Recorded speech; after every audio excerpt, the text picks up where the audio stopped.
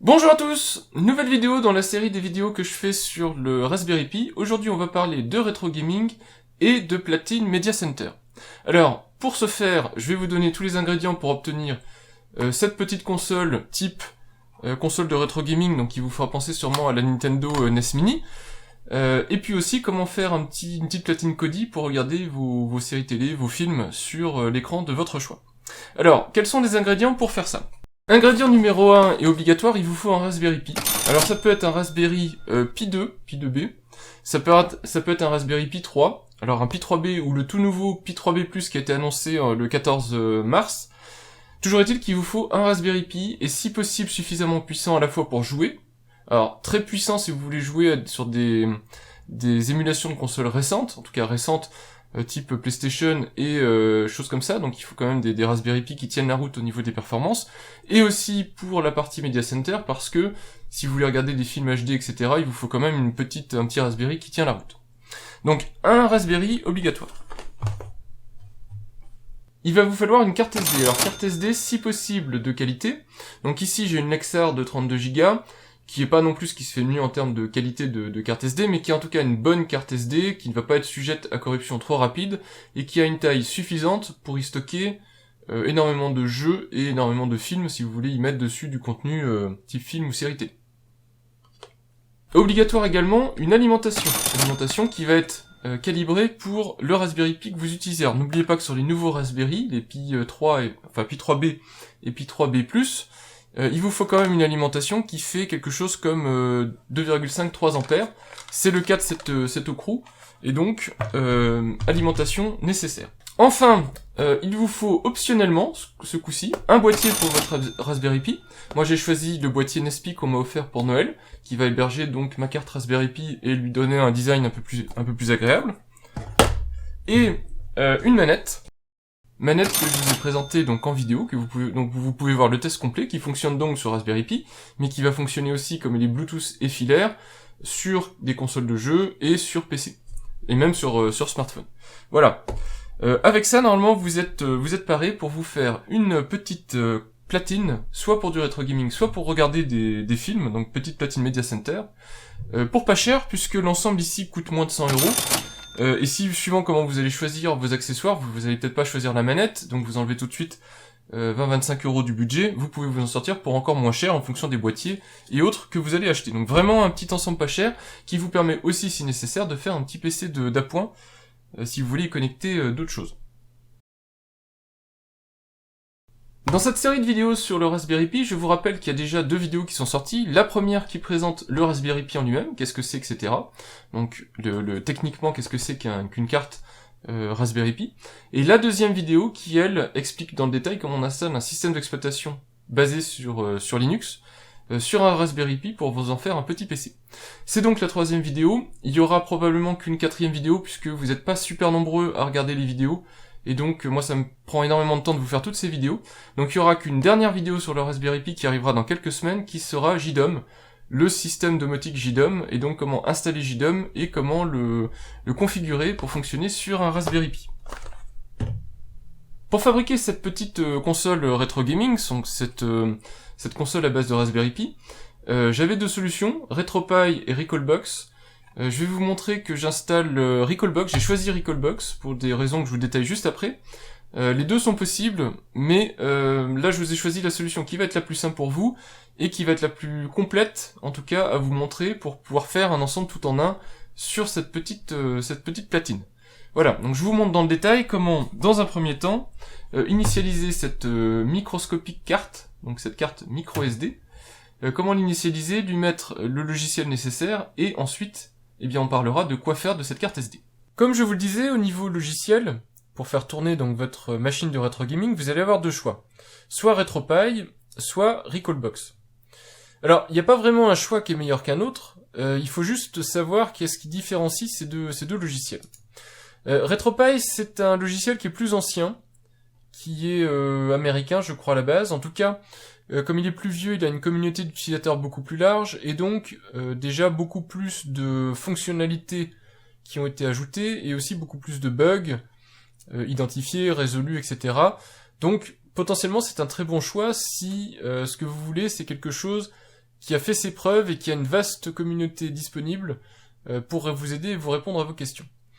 Maintenant, il y a aussi quelques petits inconvénients, l'un d'eux étant que c'est essentiellement une communauté anglophone qui va tourner autour de ce logiciel-là, alors même si vous avez des Français qui pourront vous aider, et donc vous allez avoir de la documentation plutôt en anglais, des forums plutôt en anglais. Recalbox, même si le site, ici, l'entête en tout cas du site est en anglais, on voit partout qu'il y a du français parce que c'est un projet français, francophone en plus. C'est non seulement une console de rétro gaming, mais c'est aussi un petit media center, puisque Kodi est installé de base dans Recalbox. Donc en fait, vous allez avoir tout en un une petite machine qui va vous permettre une utilisation multiple, en fait, que ce soit pour regarder des films, des séries télé sur votre écran, mais aussi pour jouer à des jeux vidéo de rétro gaming. Alors maintenant, Recalbox est plus moderne dans sa manière de fonctionner, il est aussi plus facile d'accès, plus facile à installer, plus facile à prendre en main. Donc on va partir sur Recalbox parce que je pense que c'est la solution qui à vous, étant donné que je peux pas connaître votre niveau pour mettre en place tout ça, je pense que ce sera la solution qui vous posera le moins de soucis. Même si maintenant au cas par cas, sur une ROM ou un jeu donné, peut-être que vous aurez des soucis.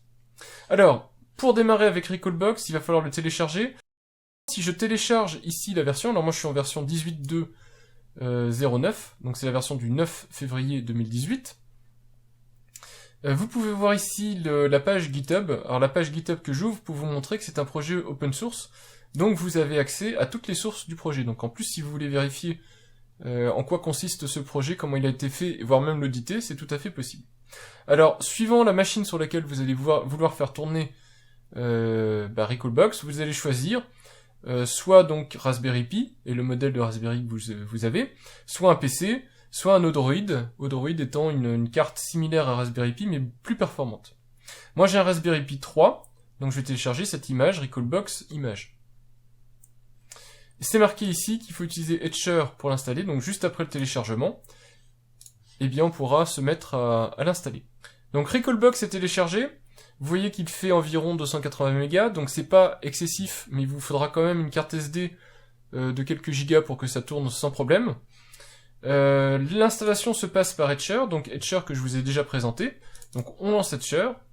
Il va suffire donc de graver cette image sur une carte SD.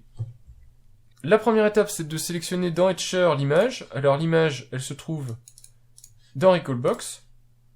Etcher va lire l'image. Ensuite, vérifiez bien ici que vous avez le bon disque sélectionné. Donc ici, moi, c'est mon disque H qui est bien l'adaptateur Transcend pour ma carte SD. Donc ça, c'est bon. Et ensuite, vous lancez le flash. Et il va suffire d'attendre que le flash soit fait.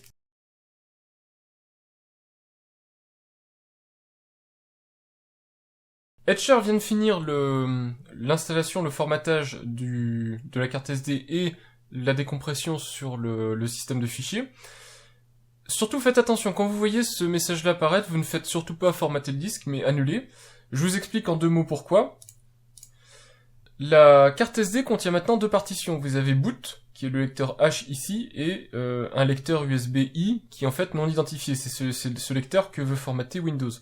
Boot, c'est en fait une micro-partition FAT32 qui est directement sur la carte SD, donc qui permet au Raspberry Pi 3 de booter. Et c'est en particulier dedans, si je vous ouvre Command Line,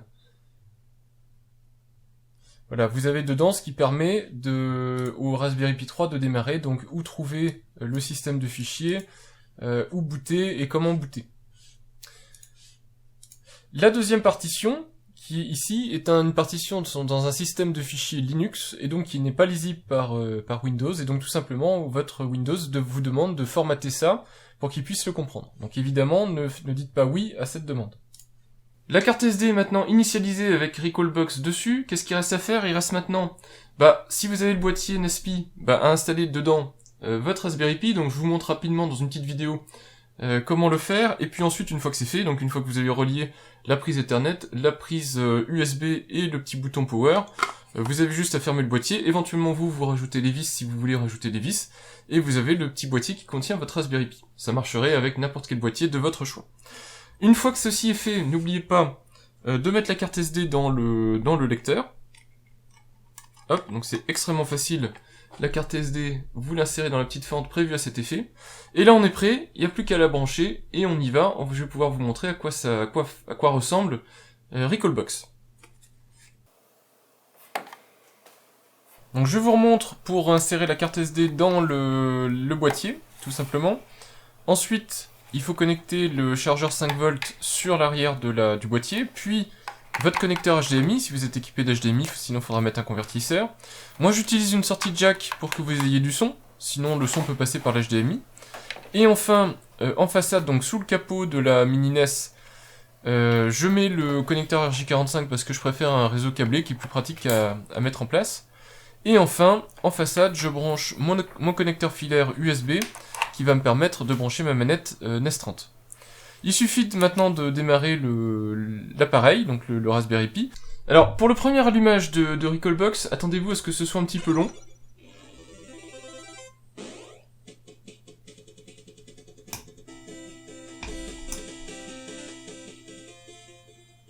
Alors, c'est une version de Noël, alors voilà, vous pardonnerez la thématique du son 8 bits un petit peu daté.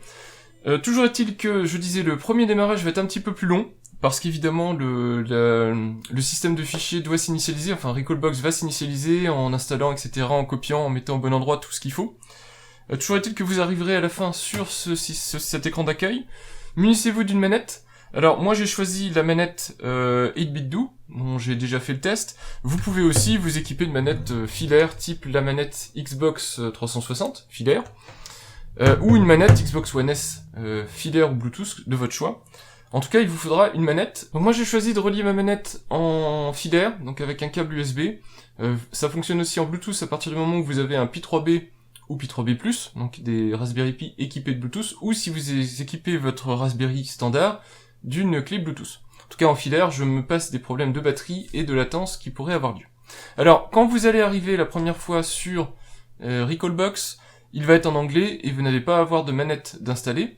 Donc pour la manette, c'est assez simple. Une fois qu'elle est branchée, vous avez juste appuyé sur un des boutons, en tout cas si elle est filaire, vous avez juste appuyé sur un des boutons, ça va vous dire qu'une manette est détectée, et vous avez juste à suivre des consignes. En fait, il va vous demander d'appuyer sur le bouton A, le bouton B, le bouton X, le bouton Y et compagnie. Alors une fois que vous allez connecter une manette, alors essentiellement par câble, c'est le plus facile, vous allez voir ce panneau qui va s'afficher, qui vous parle du bouton hotkey, qui est le bouton le plus important, puisqu'il vous permet, pendant le jeu, de manipuler le menu général, donc de ressortir du jeu, etc.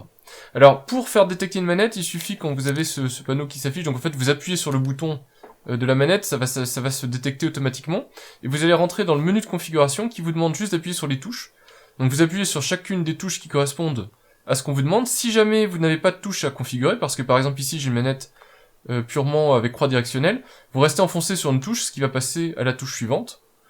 Vous faites ça donc sur tous les boutons qui existent physiquement sur votre manette, dont Start, Select, donc A, B, X, Y, L1, R1, ce sont les boutons les plus importants en tout cas pour jouer sur NES, Super NES, Mega Drive et compagnie, et aussi le bouton hotkey qui est le plus important, donc celui qui permet justement de manipuler le système en dehors du jeu, donc de quitter le jeu, de se faire des sauvegardes, de faire des captures d'écran.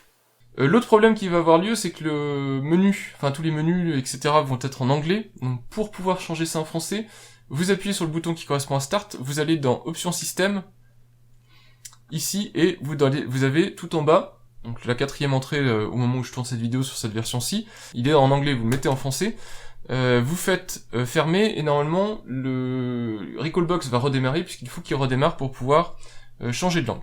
Alors Recalbox, c'est un tas de paramétrages. Mon objectif, c'est pas de faire une vidéo purement rétro gaming, c'était juste de vous montrer encore une autre utilisation possible d'un Raspberry Pi. Vous avez un tas de vidéos sur YouTube qui vont vous expliquer le fonctionnement de Recalbox. Il y a quand même deux choses que je veux vous montrer. Donc déjà, pour les options de manette, vous pouvez mettre un tas de manettes et vous pouvez jouer à plusieurs joueurs. Donc ici, ça supporte jusqu'à 5 joueurs, donc vous pouvez jouer à vos vieux jeux à plusieurs, et chacun peut amener sa manette à partir du moment où elle est USB ou Bluetooth, et en tout cas reconnue par Recalbox. Recalbox supporte au niveau des sorties audio la sortie audio HDMI ou la sortie audio jack, ce qui est assez intéressant. Il y en a beaucoup qui envoient souvent le son par défaut uniquement en HDMI. Ici par exemple j'ai un écran de PC qui n'a pas de sortie audio, c'est-à-dire il est HDMI mais il n'a pas d'audio, et donc ça me permet d'envoyer le son en jack sur une enceinte que j'ai ici. Donc la petite enceinte que je vous ai déjà testée de chez Spigen, que j'utilise au quotidien. Ce qui me permet de vous mettre un petit peu de son pour la séquence de jeu que j'ai faite. Enfin, le plus important, ça va être les options réseau. Options réseau dans lesquelles vous pouvez configurer soit votre réseau Wi-Fi, si vous voulez du Wi-Fi, parce que par défaut, il pourra pas se connecter à un réseau Wi-Fi sans avoir les paramètres nécessaires, soit pour récupérer votre adresse IP. Donc dans les options réseau, vous voyez ici mon adresse IP actuelle, 192.168.1.26, rappelez-vous de cette adresse. Et en dessous, vous pouvez activer le Wi-Fi, si vous avez évidemment du Wi-Fi sur le Raspberry que vous utilisez, avec le SSID et la clé Wi-Fi qui vous permettra de vous connecter à votre réseau Wi-Fi. 192.168.1.26, on se retrouve sur mon PC. Sur mon PC, si je tape 192.168.1.26 dans mon navigateur préféré, je me retrouve sur l'interface web de Recalbox, ce qui est extrêmement intéressant parce que ça va vous permettre d'uploader dessus ou de téléverser, si vous voulez vraiment parler français, des ROM. Donc ici par exemple je vais à gauche dans la section ROM, je vais vous zoomer un petit peu pour que ce soit plus lisible. Dans la section ROM vous avez l'ensemble des machines supportées par Recalbox, et si je vais dans la NES, ici, vous voyez tout simplement que vous pouvez là uploader des ROM. Voilà, donc en faisant ça, ça ouvre une petite zone, vous avez juste à prendre votre ROM en .NES ou en .zip, vous la déposez là. Donc ici, moi j'ai la ROM NES Super Mario Bros 3, je la glisse sur déposer ici les ROM à uploader, vous allez voir que c'est uploadé, vous pouvez aussi retirer le fichier si nécessaire, et vous allez retrouver la ROM directement ici. Alors vous pouvez l'éditer, donc vous mettez Super Mario Bros 3, ça va permettre au scrapper, c'est-à-dire ça va permettre à l'indexeur de ROM, donc ça va lui permettre de trouver le visuel à mettre ici, et donc de rendre les choses un peu plus jolies dans l'interface graphique de Recalbox. C'est aussi à cet endroit-là que vous pouvez mettre des BIOS, si vous avez des machines spécifiques qui nécessitent des BIOS, c'est à cet endroit-là qu'il va falloir les uploader. Vous pouvez aussi configurer le support des contrôleurs, par exemple des contrôleurs PS3, si vous avez des manettes PS3, moi j'ai des manettes PS3 par exemple, eh bien c'est à cet endroit-là que vous pouvez définir l'utilisation de ces manettes PS3. Vous pouvez facilement avoir accès à tous les screenshots que vous avez fait pendant le jeu, s'il y a des choses que vous voulez partager avec d'autres personnes. Et vous pouvez aussi très facilement configurer l'ensemble de Recalbox en fait, depuis ce petit serveur web, donc avec les sauvegardes, si vous voulez du lissage, quel mode de shader vous voulez et compagnie. Si vous voulez du pixel perfect, ce qui est très important pour les gens qui veulent vraiment un look à l'ancienne, donc là je vous conseille de l'activer. Et enfin, la gestion de la musique, du monitoring aussi, c'est important pour vérifier que votre Recalbox tient le choc, c'est-à-dire que votre Raspberry Pi, au niveau mémoire, au niveau cœur, donc processeur, tient le choc et n'est pas surchargé. Donc le scrapping c'est ceci, c'est tout simplement le fait de passer en revue l'ensemble des jeux, et d'aller chercher les jaquettes et les informations des jeux. Donc, suivant le nom de la ROM que vous avez, il est possible que le jeu soit pas reconnu, donc il faut bien lui mettre son bon nom. Pour vous expliquer le principe du scrapper et de pourquoi il faut uploader et renommer votre ROM, ici j'avais le nom brut, NES Super Mario Bros 3, le scrapper n'a rien trouvé. Par contre, si je vais dans la version que j'ai renommée, Super Mario Bros 3, vous voyez ici que tout a été rempli, donc j'ai la jaquette du jeu, j'ai les informations, donc on peut jouer à deux, si j'ai déjà joué ou pas, la sortie du jeu, quel est l'éditeur, etc. Et tout ça en français, tout ça sans avoir besoin de faire quelque chose de particulier. En particulier ensuite, vous pouvez le mettre en favori, bouton gauche ici, donc vous voyez que vous avez ici mes jeux favoris. Comme c'est l'émulation de jeu, vous pouvez aussi faire des sauvegardes, faire des reprises, donc reprendre le jeu à l'endroit où vous l'aviez laissé, ce qui est plus facile que le jeu à l'époque. Je sais pas, vous en tout cas moi, quand je jouais au jeu NES, ça me prenait des heures et des heures pour arriver à un niveau que j'avais jamais fait, et tout ça pour qu'au final, j'ai plus de temps pour jouer, faut couper, et donc du coup, j'ai jamais pu, il y a certains niveaux, j'ai jamais pu vraiment les essayer, parce que j'ai jamais pu y passer des heures et des heures. Là, vous pouvez aller enfin jusqu'à la fin d'un jeu, en plusieurs fois, donc c'est plutôt pas mal. Une petite séquence de jeu maintenant de Super Mario 3 pour vous montrer à quoi ça peut rendre. Alors, j'ai pas de système de capture HDMI, donc je peux pas vous montrer à quoi ressemble la qualité en elle-même. Donc c'est juste pour vous montrer que le jeu en lui-même est fidèle à l'original et fluide. Donc moi je suis en mode 1 pour 1, en pixel 1 pour 1, donc c'est pour ça que sur mon écran je suis obligé de zoomer. Je pourrais le mettre en plein écran également. Je prends le premier niveau et... Alors, j'ai connecté la manette en filaire évidemment, mais j'ai la manette donc NES 30 en filaire, et je peux vous dire que la sensation de jeu est vraiment quasiment strictement la même que sur une NES, en tout cas qu'une NES Mini, donc la réédition de chez Nintendo. C'est strictement la même chose, il n'y a aucune latence, la qualité visuelle est la même, et le plaisir de jeu est, je dirais, le même que sur la console d'origine. Alors d'ailleurs, j'en profite pour dire que des émulateurs de jeux sont typiquement quelque chose qui change un peu l'expérience de jeu que vous avez, puisque ils vous donnent la capacité d'enregistrer l'endroit où vous vous trouvez dans le jeu, et donc d'y revenir un peu plus tard, et donc de jouer le jeu en plusieurs fois, ce qui n'était pas possible vraiment avec les jeux à l'origine. Donc ça, c'est assez pratique. Recalbox intègre de base Kodi Media Center. Alors Kodi, j'en ai déjà parlé, vous retrouverez ici Kodi sur Xbox One S, puisque j'en parle en tant que platine multimédia, mais vous pouvez aussi le retrouver là-dedans. Alors évidemment avec les limitations d'un Raspberry Pi, c'est-à-dire que vous ne pouvez pas avoir de contenu Ultra HD, mais en tout cas ça peut vous servir de petite platine d'appoint. Donc pour le lancer, il suffit d'ouvrir le menu principal, de sélectionner l'option Kodi Media Center, et vous allez être redirigé automatiquement dans l'application Kodi. Donc à nouveau, ça se fait très facilement, rien à faire de spécial. Vous avez ici une version à jour de Kodi, et même quand elle n'est pas à jour, vous pouvez forcer la mise à jour. Et en plus dans la langue que vous avez choisie pour Recalbox. Donc ensuite, c'est le fonctionnement standard de Kodi, donc ensuite, il faut y mettre du contenu ou y brancher du contenu. Donc par exemple, branchez ici, dans vos fichiers, des sources vidéo. Donc concrètement, je vous montre ce qui se passe dans l'interface de Kodi. Donc j'ai avec moi la manette. Évidemment, Kodi se pilote aussi avec des télécommandes, donc vous pouvez avoir un petit dongle infrarouge, etc. Voilà, j'utilise la manette parce qu'on est dans ce contexte-là. On va aller dans la section vidéo, et puis je vais vous montrer comment ajouter un répertoire réseau, ce qui peut être intéressant. Donc vous allez dans les vidéos, vous ajoutez une source. En source, vous allez faire parcourir, et vous arrivez dans le menu qui propose tous les systèmes possibles. Alors, Kodi marche mieux en NFS, mais moi je vous montre en Samba comment ça marche. Donc en Samba, on voit mon espace de partage, je vais sur mon NAS, je choisis le répertoire HD dans mon sous-répertoire HD dans le répertoire vidéo. Ensuite, j'ai plus qu'à valider ça, je lui précise quel est le contenu du répertoire, donc dans ce répertoire-là, j'ai des vidéos. Et vous pouvez aussi à droite choisir un collecteur ou scrapper, donc exactement comme pour les jeux, vous pouvez choisir comment Kodi doit collecter les informations sur chacun de vos films, séries et compagnie. Quand c'est fait, vous faites OK. Et Kodi vous propose automatiquement de démarrer donc l'analyse des fichiers. Alors ça prend un petit peu de temps, mais il le fait en tâche de fond, et votre interface va se peupler au fur et à mesure des trouvailles. Alors Kodi scanne les ressources et les catégorise à la fois par catégorie de films, si c'est des films par exemple, donc action, etc., par réalisateur, par année, enfin voilà. Donc à la fin vous avez des jaquettes, vous avez des résumés de films dans votre langue, donc en français dans mon cas. Et vous pouvez très facilement lancer un film et voir aussi les ajouts récents.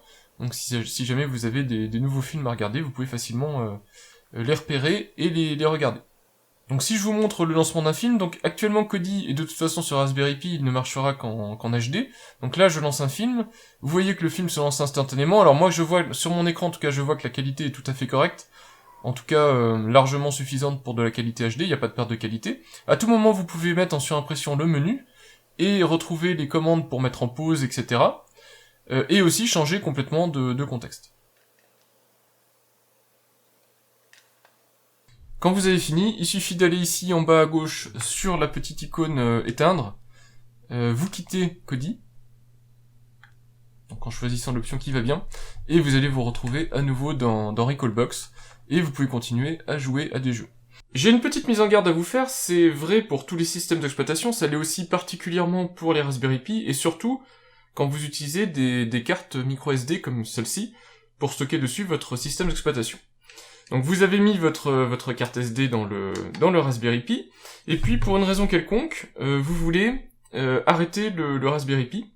Il faut le faire logiciellement dans la mesure du possible, c'est-à-dire ne pas le débrancher par l'arrière, donc ici sur le boîtier, ne pas débrancher le câble d'alimentation, et ne pas utiliser sur le NASP Case ici le bouton Power ou le bouton Reset qui est fait à cet effet.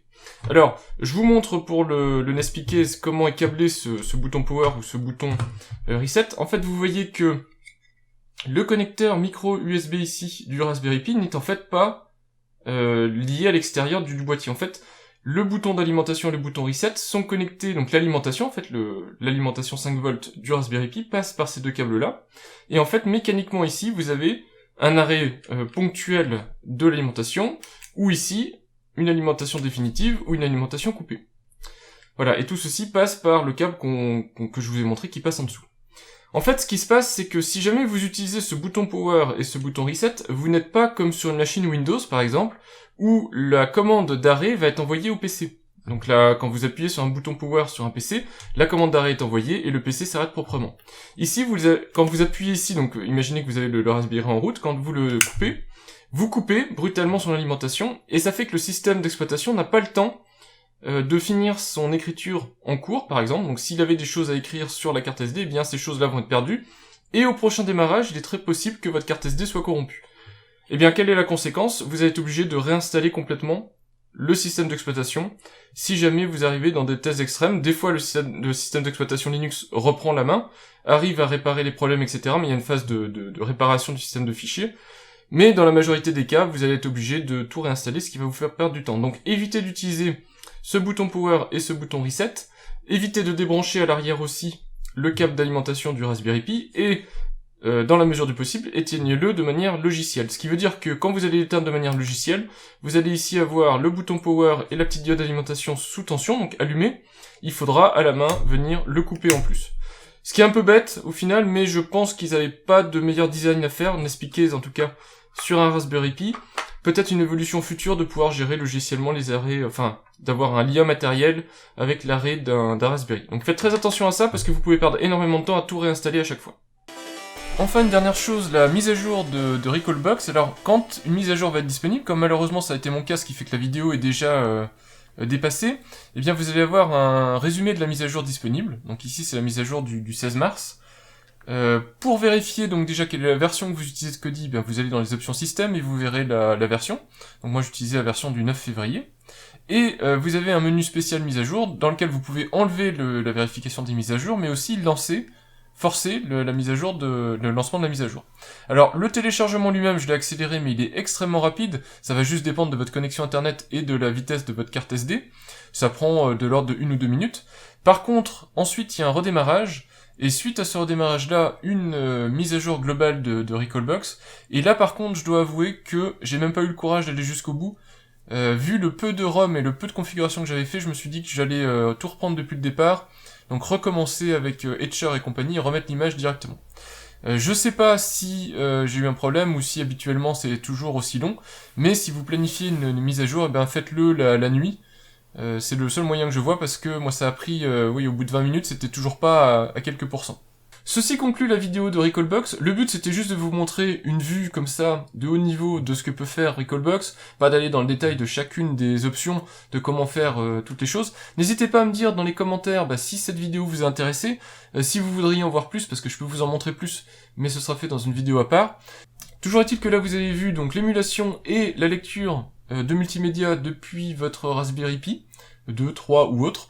Voilà, donc vous avez enfin d'autres utilisations encore super intéressantes d'un Raspberry Pi, et j'espère en tout cas que ça va vous donner des idées pour installer chez vous et pour le faire. En tout cas, vous avez vu qu'au niveau capacité, il n'y a pas besoin de déployer énormément d'efforts ni énormément de compétences. C'est uniquement installer un OS, le mettre dans le boîtier Raspberry Pi, connecter le matériel, le démarrer, et tout fonctionne direct. Aucun problème, aucun souci, et aucune connaissance particulière, donc je pense vraiment que c'est assez accessible à tout le monde. Voilà, et bien j'espère que cette vidéo donc vous a été utile, je vous dis à bientôt pour de prochaines vidéos sur le Raspberry Pi, à savoir la prochaine, JDOM. Au revoir.